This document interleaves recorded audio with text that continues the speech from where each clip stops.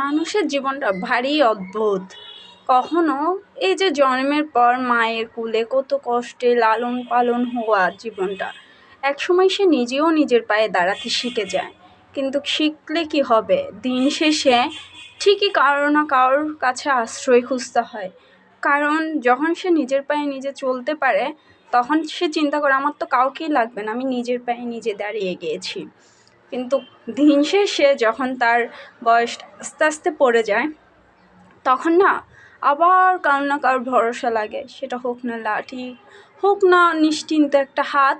এই যে যেমন এই গাছটাও, আজকে দেখেন এই গাছটাও অন্যের সাহায্যে সে দাঁড়ায় আছে। এটা যখন ছেড়ে দেবে তখন সে নিজেও পড়ে যাবে।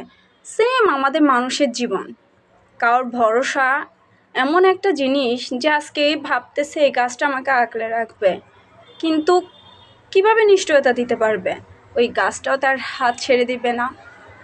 তাই নিজে দিন থাকতে, কাল থাকতে, বয়স থাকতে নিজের নিজের একটা শক্তপোক্ত বিশ্বস্ত একটা হাত ধরে রাখা উচিত, যাতে সে এটা ভরসা পায় যে তার জীবন থাকতে ওই হাতটা কখনো ছেড়ে দেবে না। সবটাই এমন। আসসালামু আলাইকুম, সবাই কেমন আছো? আমি জানি আমার বকবক তোমাদের ভালো লাগে না, আর আমি কী বলি না বলি নিজেও জানি না, তারপরও চেষ্টা করি নিজের অনুভূতিগুলা তোমাদের সাথে শেয়ার করতে। আর তোমরা তো আমার ভিডিও দেখো কিন্তু চুপে চুপে, একটা লাইক করো না, একটা কমেন্ট করো না, একটা সাবস্ক্রাইব করো না।